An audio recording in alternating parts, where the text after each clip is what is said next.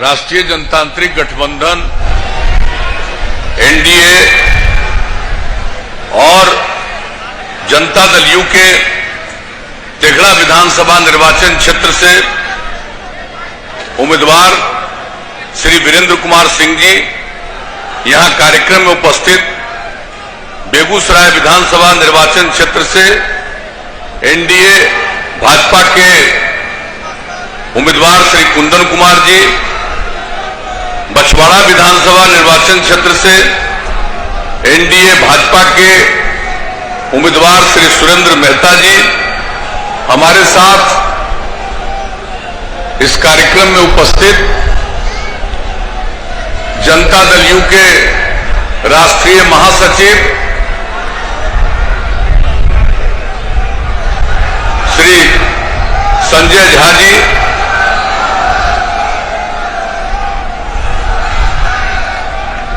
पूर्व विधान पार्षद रामबदन राय जी, पूर्व विधान पार्षद रुदल राय जी, भूमिपाल राय जी, राजकिशोर सिंह जी जो बेगूसराय जिला भारतीय जनता पार्टी के अध्यक्ष हैं, जनता दल यू की वरीय नेत्री श्रीमती रीना चौधरी जी, हिंदुस्तानी अवाम मोर्चा हम पार्टी के जिलाध्यक्ष श्री पीयूष कुमार जी, विकासशील इंसान पार्टी के वीआईपी पार्टी के जिलाध्यक्ष श्री जय जयराम सहनी जी, इस कार्यक्रम में उपस्थित भारतीय जनता पार्टी के नेतागण श्री सुनील सिंह जी, श्री कृष्णनंदन सिंह जी, श्री शंभू सिंह जी, श्री भरत चौरसिया जी, श्री बसंत कुमार जी, श्रीमती शालीन देवी जी, श्री विवेकानंद सिंह जी,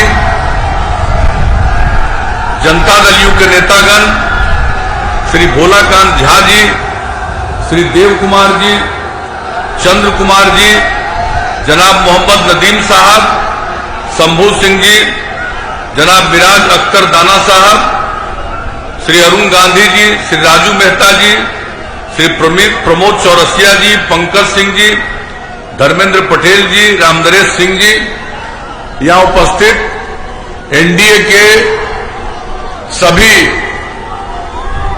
सम्मानित नेतागण, कार्यक्रम में उपस्थित मेरे प्रिय साथियों, प्रिंट एवं इलेक्ट्रॉनिक मीडिया से जुड़े पत्रकार मित्रों, छायाकार बंधुओं और इस सभा में उपस्थित बहनों एवं भाइयों,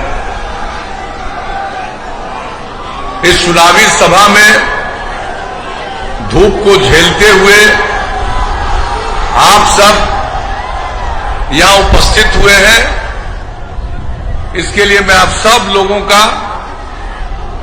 हृदय से अभिनंदन करता हूं और आप सब लोगों को धन्यवाद देता हूं।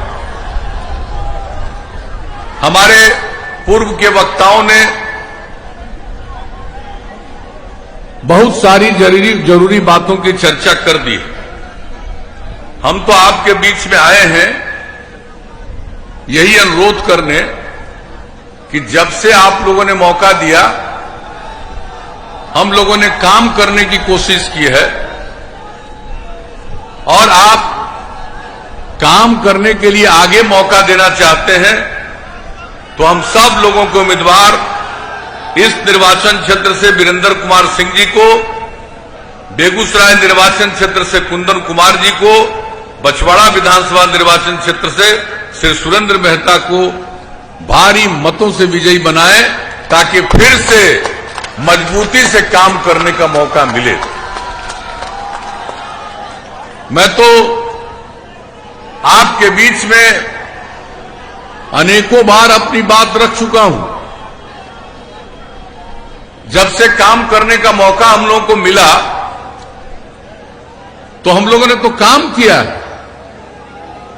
और हम लोगों के पहले कौन सा काम हो रहा था, आप सबको मालूम है। शाम होते होते कोई घर से बाहर निकलने की हिम्मत करता था? क्या बुरा हाल था पूरे बिहार का, वही हाल सब जगह का था। और जिस प्रकार से न पढ़ाई का इंतजाम, न इलाज का इंतजाम, न आने जाने का इंतजाम। यानी अपराध की घटनाएं घटती थी, सामूहिक नरसंहार की अनेक घटनाएं, सांप्रदायिक दंगा, कितने लोगों का अपहरण, क्या नहीं होता था। और बिहार के कितने व्यापारी बिहार छोड़कर भागने को मजबूर हुए थे, कितने हमारे डॉक्टर और चिकित्सक थे, वो कैसे यहां छोड़ करके बाहर जाने को मजबूर होते थे। तो ये सब स्थिति को देखते हुए ही बिहार के लोगों ने हम लोगों को काम करने का मौका दिया। और हम लोगों ने क्या तय किया कि न्याय के साथ विकास होगा। और न्याय के साथ विकास का मतलब समाज के हर इलाके का विकास और समाज के हर तबके का उत्थान। हम लोगों ने पूरे बिहार में कोई इलाका नहीं है जिसकी उपेक्षा की। और समाज का जो तबका उपेक्षित रहता था, उन सबों को मुख्य धारा से जोड़ने के लिए हम लोगों ने काम किया। जो समाज के कमजोर तबके के लोग थे, महिलाओं की क्या इज्जत थी, जनप्रतिनिधि के रूप में न के बराबर महिलाएं थी, पढ़ने की स्थिति उनकी नहीं होती थी। महादलित, दलित, अति पिछड़ा, सब लोगों का क्या हाल था, आदिवासी समाज के लोगों का, अल्पसंख्यक समुदाय के लोगों का क्या हाल था। ये सब लोगों को मुख्य धारा से जोड़ने के लिए हम लोगों ने विशेष पहल किया। जब पहली बार मौका मिला तो हम लोगों ने सबसे पहले पंचायती राज संस्थाओं में और नगर निकाय में महिलाओं के लिए 50% का आरक्षण दिया, अनुसूचित जाति को 16%, अनुसूचित जनजाति को 1% और अति पिछड़े वर्ग को कोई देखता नहीं था, उनके लिए 20% का आरक्षण हुआ। और आज कितनी बड़ी संख्या में अब जनप्रतिनिधि के रूप में महिलाएं हैं, अनुसूचित जाति जनजाति के लोग हैं, अति पिछड़े वर्ग के लोग हैं। अब कोई उनकी उपेक्षा नहीं कर सकता है, अब सबको इज्जत मिल रही है। तो जो काम करने का मौका मिला तो हम लोगों ने ये काम किया। और आप देख रहे हैं कि 3 बार से चुनाव हो गया, अब महिलाएं कितनी जागृत हैं, पढ़ने के लिए क्या सुविधा, पोशाक योजना, साइकिल योजना। लड़कियां कहीं साइकिल नहीं चलाती थी, जब साइकिल योजना की शुरुआत हुई, लड़कियों में कितना आत्मविश्वास आया और किस तरह से लड़कियां स्कूल जाने लगी, हाई स्कूल जाने लगी। और जब लड़कों ने भी मांग किया, हमने लड़कों के लिए भी साइकिल योजना शुरू कर दी।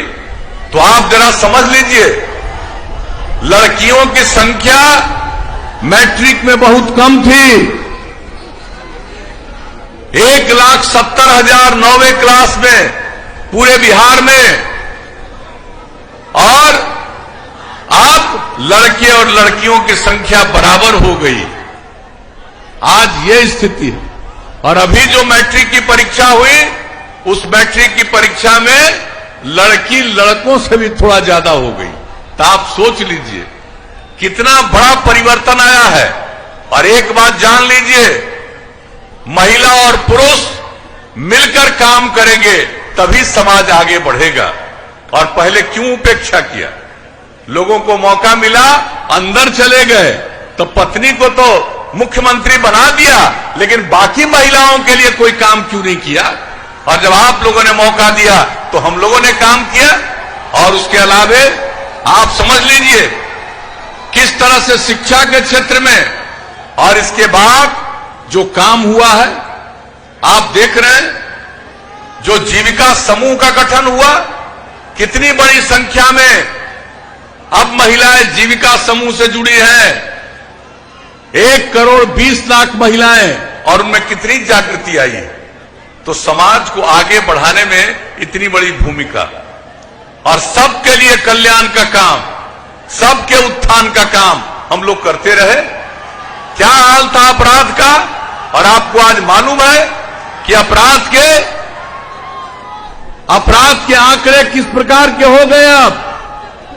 अब आप जान लीजिए, हर साल केंद्र सरकार के द्वारा अपराध के आंकड़े प्रकाशित होते हैं, और जो आंकड़े प्रकाशित सबसे हाल में हुए हैं उसके मुताबिक अब अपराध के मामले में यूं तो आप दावा नहीं कर सकते हैं कि सब गड़बड़ है। आप देख रहे हैं अभी बीच में कितना गड़बड़ है, यहां पर देख रहे हैं। जरा हाथ उठा के बताइए कि यहां पर किस तरह से आदमी का स्वभाव है, किसको कौन गड़बड़ करने के लिए प्रेरित करेगा, कौन 2 नंबरी काम करने के लिए प्रेरित करेगा।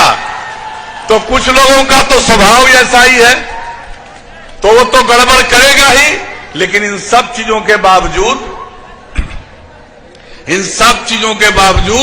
अब अपराध के मामले में इतनी बड़ी आबादी का राज्य, अब बिहार पहुंच गया 23वें नंबर पर, और राज्य की आमदनी देश के अन्य राज्यों की तुलना से भी अधिक, हर साल 12.8% की वृद्धि, प्रति व्यक्ति आय में 10.5% की वृद्धि। तो जब भी मौका दिया एक एक काम। अब पहले क्या था जी, कोई गांव में स्कूल दिखता था, आज सब चीज के लिए जो काम किया गया, एक एक काम हम लोगों ने किया। इलाज कहां होता था, प्राथमिक स्वास्थ्य केंद्र में 1 महीने में उन लोगों के राजपाट में 39 लोग इलाज के लिए जाते थे 1 महीना में, यानी 1 दिन में 1। क्या बुरा हाल था। और अब जब सब काम किया गया तो अब प्राथमिक स्वास्थ्य केंद्र में 1 महीने में औसतन पूरे बिहार में 10,000 मरीज इलाज के लिए जाते हैं। तो एक एक क्षेत्र में काम, शिक्षा के क्षेत्र में काम। और आपको मालूम है 5वें क्लास तक की पढ़ाई में भी स्कूलों से बहुत सारे बच्चे बच्चियां बाहर रह जाते थे, और हमने पता किया वो कौन है, तो पता चला कि या तो महादलित समुदाय के हैं या अल्पसंख्यक समुदाय के। उनको बाहर पढ़ाकर स्कूल तक पहुंचाने के लिए टोला सेवक, तालीमी मरकज स्वयंसेवक 30,000 लोगों को लगाया, जो अपने 60 साल की उम्र तक लगते रहेंगे, काम करते रहेंगे। और आज बच्चे बच्चियों की संख्या अब स्कूलों से बाहर रहने में न के बराबर होगी। तो एक एक क्षेत्र में काम, विकास का काम। हम चाहते हैं सबको पढ़ाना, और कुछ लोग बिना पढ़े काम करना चाहता है। तो नतीजा यही हम सबको कहेंगे। और जो बिहार का हाल था, नई पीढ़ी को ठीक ढंग से बता दीजिए। उसको क्या मालूम है कि 15 साल पहले शाम होते घर के बाहर कोई निकलने की हिम्मत नहीं करता था, आज जहां चाहे वहां जाता है। तो क्या परिवर्तन हुआ, कितनी सड़कें बनी, कितना पुल पुलिया का निर्माण हुआ। और आपको पता है जो भी ये काम हुआ, अब यहां पर जिन लोगों को काम करने का मौका मिला, लोग क्यों नहीं कुछ सुधार किए। और जब आप जानते हैं केंद्र में आदरणीय नरेंद्र भाई मोदी जी की सरकार बनी, और इन लोगों ने बिहार के हित में भी काम किया, बिहार के लिए विशेष योजनाएं भी चलाई। और आपको मालूम है कि अभी पिछले वर्ष ही आकर के कितनी चीजों का बेगूसराय के पास शिलान्यास वगैरह हुआ, और उसका काम कितनी तेजी से चल रहा है। बरौनी रिफाइनरी का क्षमता वर्धन, बरौनी उर्वरक संयंत्र के पुनरुद्धार किया जा रहा है। हम लोग जब एमपी थे, इस इलाके के एमपी नहीं थे, हम बाढ़ के एमपी थे, लेकिन हम इस सवाल को संसद में उठाते रहते थे, बरौनी के इस सवाल को, बेगूसराय के इस सवाल को। लेकिन उस समय की सरकार ने तो सुना नहीं। और आप समझिए, जब अटल जी की सरकार हुई, तो अटल जी की सरकार ने बरौनी रिफाइनरी के छर्तावर्तन का काम शुरू किया। और जब दूसरी बार मोदी जी की सरकार आई तो इन्होंने उनके रिफाइनरी का भी काम और विस्तार कर दिया और उसके अलावे आपके बरौनी उर्वरक संयंत्र का पुनरुद्धार कराया जा रहा है। अब सोचिए एक एक काम जो कहां का पीछे रह गया और पुल कितना बन रहा, कितना पुल बन रहा है। अब आप सोच लीजिए एक एक काम किया जा रहा और हम लोगों को जो लगातार काम करने का मौका मिला है, हम लोगों ने जो लोगों की सेवा की है और जितना काम कर सकते थे करते हुए अभी हम लोगों ने क्या तय किया कि हर जिले में इंजीनियरिंग कॉलेज, हर जिले में पैरामेडिकल संस्थान, हर जिले में पॉलिटेक्निक संस्थान, हर जिले में महिला आईटीआई, हर जिले में जीएनएम संस्थान और हर सब डिवीजन में एएनएम संस्थान, आईटीआई संस्थान। कितने बड़े पैमाने पर हम लोगों ने काम किया। और आपके बेगूसराय के लिए तो मेडिकल कॉलेज के भी निर्माण का, अब जमीन का कुछ विवाद चल रहा था, वो सब चीज खत्म हो गया और पूरे तौर पर तो एक एक चीज के लिए आप जरा समझ लीजिए पूरे बिहार के बारे में, जरा सोच लीजिए कि कितना ज्यादा काम किया गया है। और लोगों को मौका मिला तो क्या करते थे, कहीं एक स्कूल बनाया था। अगर पढ़ना चाहते हो तो अपने बाप से पूछो, अपने माता से पूछो कि कहीं कोई स्कूल था, कहीं कोई स्कूल बन रहा था, कहीं कोई कॉलेज बना था, जरा पूछ लो। राज करने का मौका मिला, राज करके ग्रहण करते रहे और अंदर चले गए तो पत्नी को बैठा दिया गद्दी पर। यही सब तो चल रहा था स्थिति। और उसके बाद आज बता दो, कोई गड़बड़ करने वाला आदमी है, अगर कोई गड़बड़ करने वाला आदमी होगा वो अंदर जाएगा, कोई नहीं लोगों के बीच में इस तरह से उल्टा पुल्टा काम कर सकेगा। तो एक एक तरह से हम लोगों ने काम करवाया और जो आपको बता दिया कितना इंस्टीट्यूशन और गरीब तबके के लोगों को आगे पढ़ाने के लिए हम लोगों ने स्टूडेंट क्रेडिट कार्ड योजना, 4 लाख रुपए की मदद कि इंटर के आगे पढ़ो, इसके लिए काम किया। उसके अलावे आप समझ लीजिए जो आगे नहीं पढ़ सकता लेकिन काम की तलाश में घर के बाहर जाना है, उसके लिए हम लोगों ने किस प्रकार से उनके लिए मदद की। 2 साल तक 1-1 हजार रुपया का मदद, स्वयं सहायता भत्ता योजना। और सभी बच्चों को बच्चियों को अगर वो कोई काम करेगा तो उसके लिए जरूरी है कि कंप्यूटर पर काम करना जाने। उसके लिए हम लोगों ने जो काम करना सिखाया है, 10 लाख युवक युवतियों ने उसकी ट्रेनिंग ली है। और आप समझ लीजिए कि उसके साथ साथ बातचीत करना सिखाते हैं हम लोग, संवाद कौशल, व्यवहार कौशल, क्या व्यवहार होना चाहिए। तो 10 लाख लोगों ने इसकी ट्रेनिंग ली और ये सब हम लोग काम करते रहे। महिलाओं को 35% का आरक्षण सरकारी सेवाओं में और पुलिस बल में। तो पहले कोई महिला पुलिस बल में दिखती थी, अब आज बिहार में कहीं भी जाइए सब जगह महिलाएं आपको पुलिस बल में दिखेंगी। और जितना महिलाएं पुलिस बल में बिहार में है शायद ही किसी दूसरे राज्य में। तो हर जगह महिलाओं के लिए काम, आप समझ लीजिए। और उनको आरक्षण, अब सरकारी सेवाओं में ये काम करते हुए फिर हमने क्या कहा, हर घर बिजली पहुंचाएंगे। पहले बिजली कहां था, लालटेन का युग था और हम लोगों ने हर घर बिजली पहुंचा दिया। अब लालटेन का जमाना खत्म हो गया, लालटेन की जरूरत खत्म हो गई, ये जमाना आ गया। आप देख लीजिए। और कितने लोग अब बिजली लगा चुके हैं, हर घर बिजली, उसके आगे भी बिजली, अब खेत के लिए भी बिजली, इस तरह का सारा काम चल रहा है। हर घर नल का जल, कोई कल्पना करता था आज 83% घरों में नल का जल पहुंच गया है। अभी कोरोना के चलते बीच में बाधा आई, अब वो काम तेजी से चल रहा है। और आप समझ लीजिए कि ये काम महीने 2 महीने के अंदर पूरा हर घर नल का जल, हर घर तक पक्की गली और नाली का निर्माण, हर जगह शौचालय का निर्माण पूरे देश में और पूरे बिहार में। और हम शुरू से कहते रहे कि अगर आप खुले में शौच से मुक्ति पाइएगा और पीने के लिए स्वच्छ पानी मिलेगा, तब आज जितनी बीमारी होती है 90% बीमारियों से छुटकारा मिलेगा। तो ये बिहार को हम लोग बनवा रहे हैं और काहे नहीं किसी चीज को बनवाते रहे।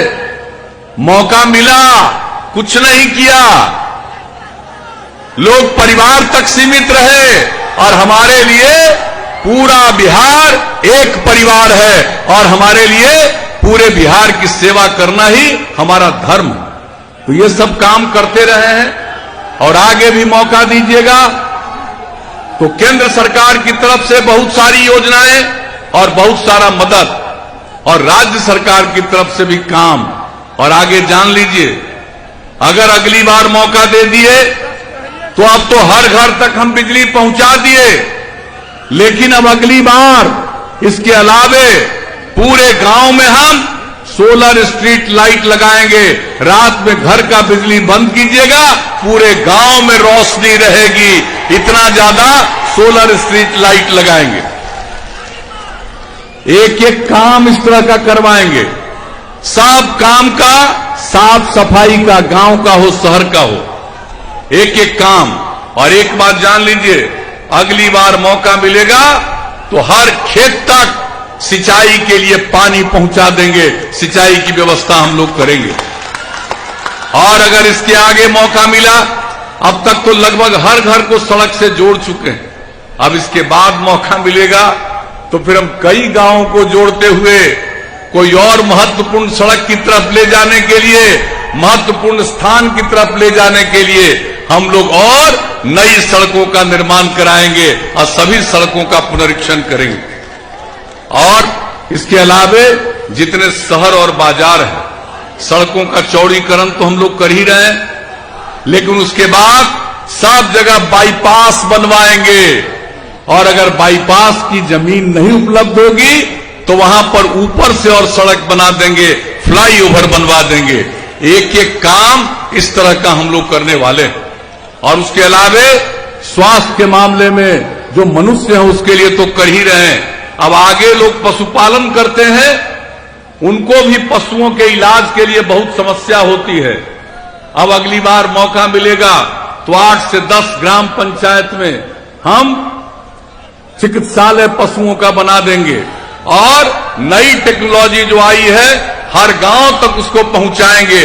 अगर गांव में भी कोई जानवर बीमार हो गया, तुरंत उसके माध्यम से चिकित्सालय में खबर और तत्काल इलाज का प्रबंध, और उसके लिए जो दवा की जरूरत होगी उस दवा का इंतजाम भी राज्य सरकार की तरफ से कर दिया जाएगा।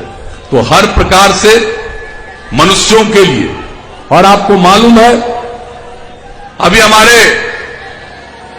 संजय झा जी ने बताया, ये कोरोना का जो दौर चला है, ये दुनिया भर में दौर है। और आप जान रहे हैं, अपने देश में इसको बहुत हद तक नियंत्रित किया गया और अपने बिहार में सबसे ज्यादा नियंत्रित। आप जान लीजिए, इतना तेजी से ये ठीक हुआ है, 94% से ज्यादा। अब इसके अलावे यहां पर जो भी काम, जो भी दिया जाता है सहायता, जांच कितना करवा रहे हैं। 10 लाख की आबादी पर जो देश में औसत जितना जांच हो रहा है, उससे 4000 ज्यादा जांच बिहार में हो रहा है। आप समझ लीजिए, सबके बचाव के लिए इंतजाम, केंद्र का भी सहयोग है और राज्य सरकार भी अपने तरफ से कर रही है। अगर किसी तरह से कोई समस्या आती है, इन्होंने ठीक कहा, जब हम लोगों को काम करने का मौका मिला तो पोलियो से कितना बड़ा नुकसान, और देश भर के लोग चिंतित थे कि बिहार में नहीं हो रहा है। और जब हमको मौका मिला तो अंतर्राष्ट्रीय स्तर के लोगों ने हमको फोन किया, शपथ ग्रहण किए थे। अभी 7 दिन के अंदर विधानसभा में विधायकों का शपथ होना था। उस बीच में उन लोगों ने हमको फोन किया कि आपसे मिलना चाहते हैं, क्या आइए। और उन लोगों ने जो बताया, हमने आश्वस्त किया कि यहां पर जो करेंगे पल्स पोलियो अभियान, और जो बिहार का पल्स पोलियो अभियान चला वो कितना शानदार अभियान चला और पोलियो से मुक्ति मिल गई। और हम जब दूसरी जगह पर गए तो लोगों ने हमसे पूछा, आप बताइए कैसे चलाए बिहार में पल्स पोलियो अभियान। तो एक एक काम।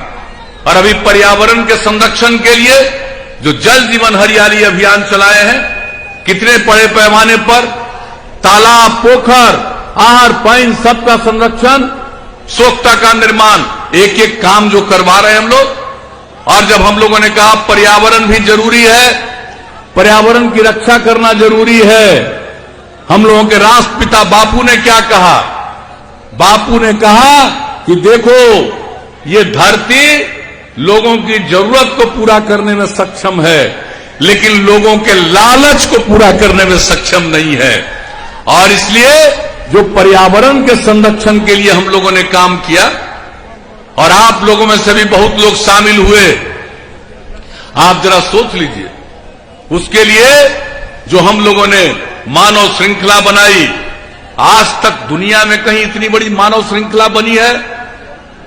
5 करोड़ 16 लाख से ज्यादा लोग जल जीवन हरियाली अभियान के अंतर्गत पर्यावरण के पक्ष में मानव श्रृंखला में शामिल हुए। और इसकी चर्चा धीरे धीरे अंतर्राष्ट्रीय स्तर पर इतनी हुई कि अभी जो पिछले महीना का 24 तारीख है, यूनाइटेड नेशन से मुझको पत्र आया। उन लोगों ने अनुरोध किया कि यूनाइटेड नेशंस की एक मीटिंग में आप वीडियो कॉन्फ्रेंसिंग की तरफ से ही आपने जो बिहार में किया है इसके लिए अपनी बात रखिए। वो भी हमको कहने का मौका मिला। अब आप समझ लीजिए बिहार में जो काम होता है, हमारे यहाँ चंद लोग हैं जिनकी मानसिकता गड़बड़ है, उल्टा पुल्टा धंधा में लगे रहते हैं। उन लोगों की बात छोड़ दीजिए, मुझको कोई चिंता नहीं। आजकल बहुत लोग मेरे खिलाफ बयान देता, हम उसको धन्यवाद देते हैं, उसको हम बधाई देते हैं। खूब दो मेरे खिलाफ बयान, खूब दो, हमको उससे कोई मतलब नहीं, क्योंकि हम बयानबाजी में विश्वास नहीं करते हैं, हमको काम में विश्वास करते हैं। और आपकी सेवा करना ही हमारा धर्म है, इसको छोड़ करके कोई काम नहीं। अगर आपको लगता है कि हम लोगों ने सबकी सेवा की है, तो हम तो यही अपील करने आए हैं कि इस बार फिर भारी बहुमत से विजयी बनाइए और फिर से एनडीए की सरकार बनाइए। यही हम अपील करेंगे आप सब लोगों से।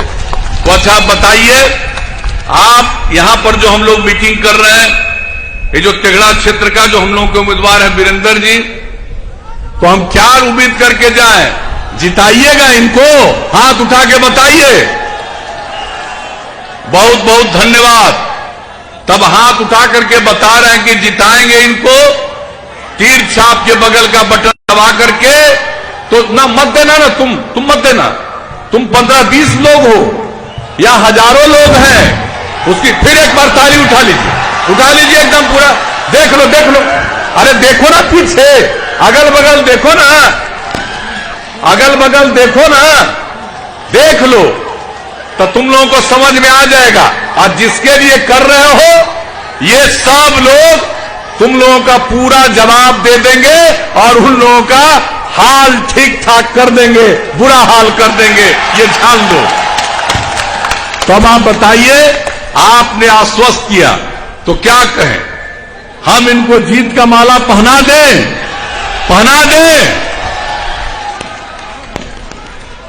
आइए। और यहां पर हमारे बेगूसराय के उम्मीदवार कुंदन कुमार जी भी हैं और बछवाड़ा के उम्मीदवार सुरेंद्र मेहता जी भी है। आपकी इजाजत हो तो उनको भी हम जीत का माला पहना दें। हाथ उठा के बताइए।